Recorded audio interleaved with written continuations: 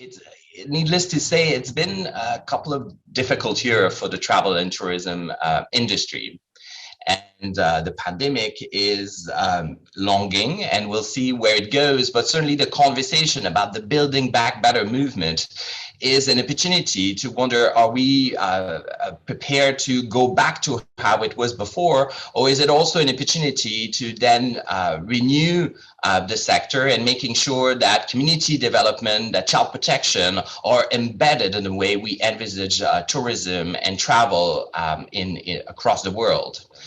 So how are we going to make sure that law enforcement agencies are also part of the discussion straight at the beginning, and not just seen as implementer of the decision and strategies that we have to address child protection?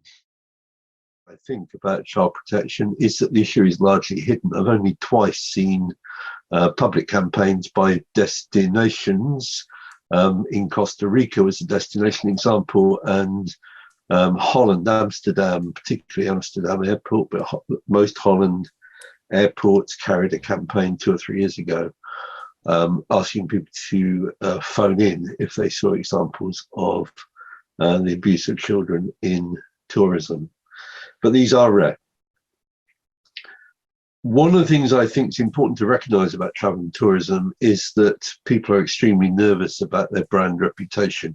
Repeat bookings are the easiest bookings to get in travel and tourism, whether you're running a hotel or a tour operator.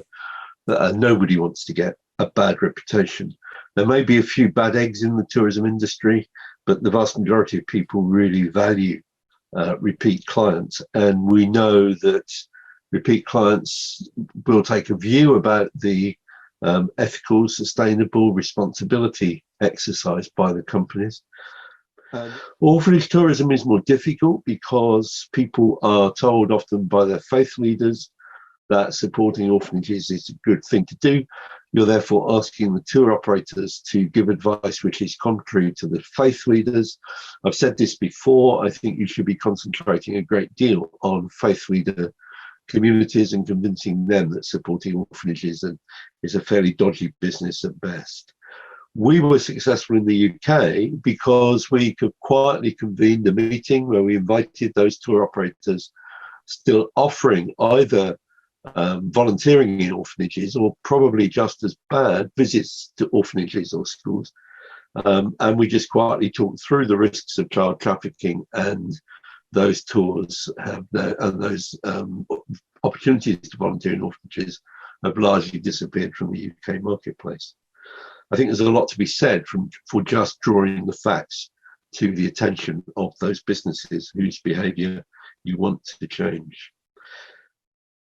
So also the private sector has a role that needs to be very clear, needs to be very active in defending the rights of the children, not only, and also other human rights, not only is the state is the duty bearer. So Accor has actually been committed to protecting children from sexual exploitation since 2001. And in 2014, we introduced WATCH, which stands for We Act Together for Children. And this is the group's training program to eradicate the sexual exploitation of children. And today, all of our frontline employees are trained on sex trafficking and sexual exploitation through this program. And more specifically, in North and Central America, we have actually been working very closely with ECPAT USA, as well as a local organization here in Canada called Courage for Freedom, where we've worked to continuously enhance and evolve our training. And last year, we evolved our training to make sure that it also incorporated labor trafficking, as this is also an issue in the countries that we operate in North and Central America. And we know that the hospitality industry plays a key role to end human trafficking, and we recognize the importance of our leadership in this space. La recomendación que rescatamos de este proceso es poder trabajar con todos los sectores, ya sea con el sector privado mediante la certificación de Code, con el sector público mediante talleres de fortalecimiento de capacidades y con la comunidad sensibilizando acerca de esta problemática. Because I know victims' experiences and survivor experiences, it's knowing what industries they had touched with and intersected with during their time. So it's been really encouraging and I think impactful for the private sector to hear about these are real life examples I have from people who I've worked with, and why it's so important that private sector really start caring about trafficking and about the exploitation that happens, especially of children on their properties or in the ways that they function, and even within their policies, and how people who are exploiting others are able to take advantage of it. So we've done a lot of work in the hospitality and tourism space in terms of engaging with the private sector. Most prominently, our work with hotels has been really important in really making sure that they have policies around training. There's also free trainings that we have available in 17 languages specifically for hotels. We also have a free training, e-learning that is for travel professionals. And so really just partnering with our private sector to build these resources is really important. So I think that transition has been good, being able to provide these examples and also helping people understand how to be creative about different things, because I think trafficking and exploitation is not something people in the private sector often want to think about, but it is important. Y aquí quiero regresar a Ivonne, si desde tu experiencia trabajando con el sector privado en Estados Unidos, que nos cuentes con qué actores del sector privado ha sido más difícil interactuar y por qué y cómo recomiendas que se mejore esa dificultad. The main challenge is getting people to care past liability. I talk about this a lot with people because I think if you only care about liability from a company perspective and only are thinking about how potentially not to get sued,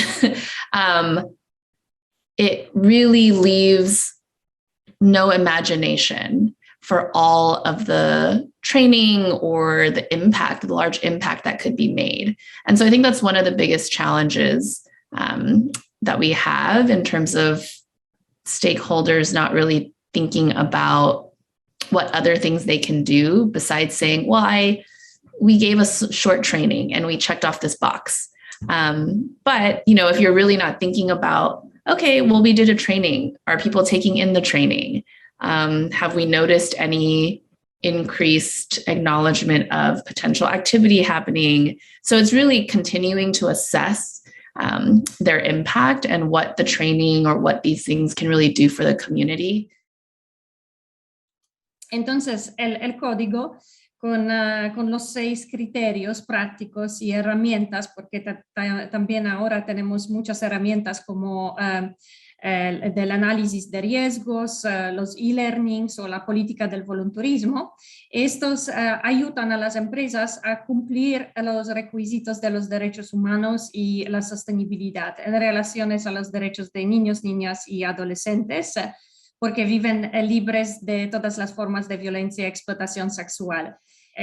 Entonces, podemos decir que las empresas que son miembros del código, del code, son esta vanguardia, porque otorgan a los derechos del niño, niñas y adolescentes la misma prioridad como parte de los marcos más amplios de derechos humanos, que también es una referencia importante para combatir la explotación sexual de niños, niñas y adolescentes, porque los delincuentes hacen un mal uso de la infraestructura y también de los servicios de viajes y turismo para cometer sus crímenes.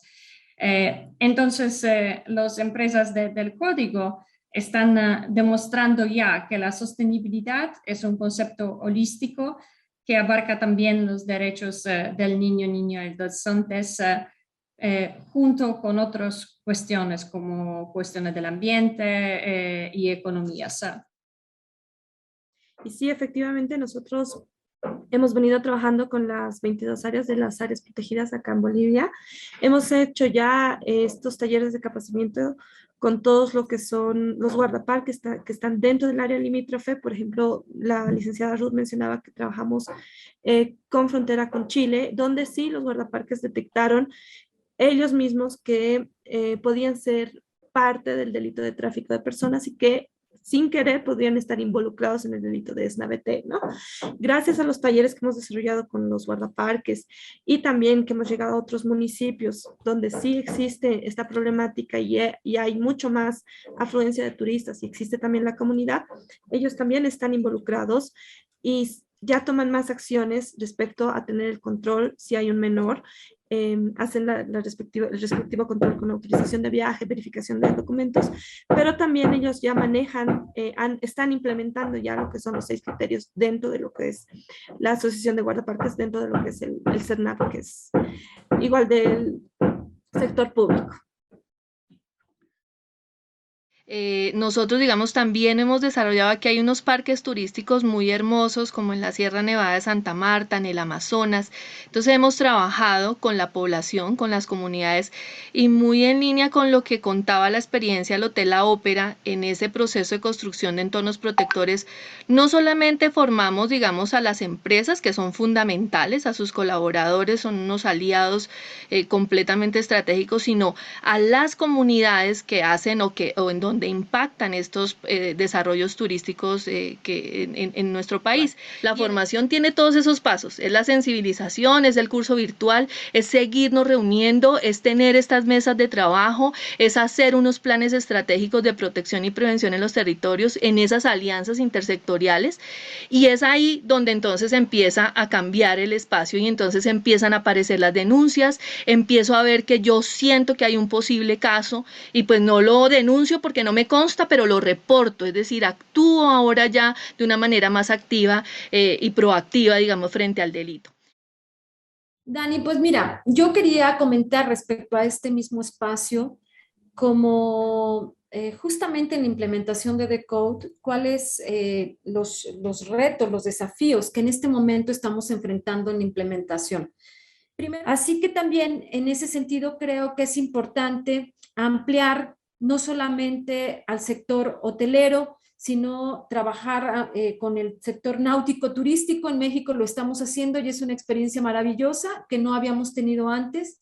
Cómo incorporar en la protección de las niñas, niños y adolescentes a través de The Code, también a la industria náutica turística, que es muy interesante todo lo que pasa en el mar, sobre todo cuando no cuentas con herramientas legales para poder regular este tipo de situaciones y que lo tenemos que hacer justamente desde las bondades de The Code.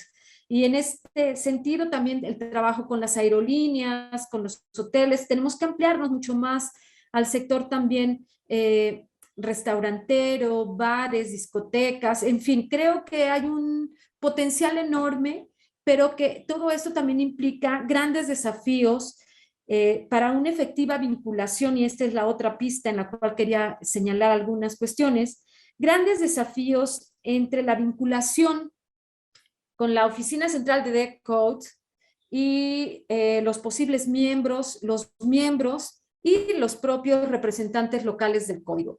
Creo que ahí es muy importante visualizar cómo estos espacios de intercambio favorecen la posibilidad de estar mucho más cercanos tanto a las empresas como a los propios niveles de la implementación del código a través del secretariado, y que esto tiene que ir redundando en una mayor posibilidad. Creo que es importante generar también una amplia difusión a nivel internacional respecto a las bondades del código como una herramienta eficaz en la protección de las niñas, niños y adolescentes frente a estos delitos de la explotación sexual comercial. So, at the time of recording, the code has nearly 400 member companies from all around the world. Of those, we have recognized at the moment 42 top members who have demonstrated very strong implementation of the 6 criteria of the code.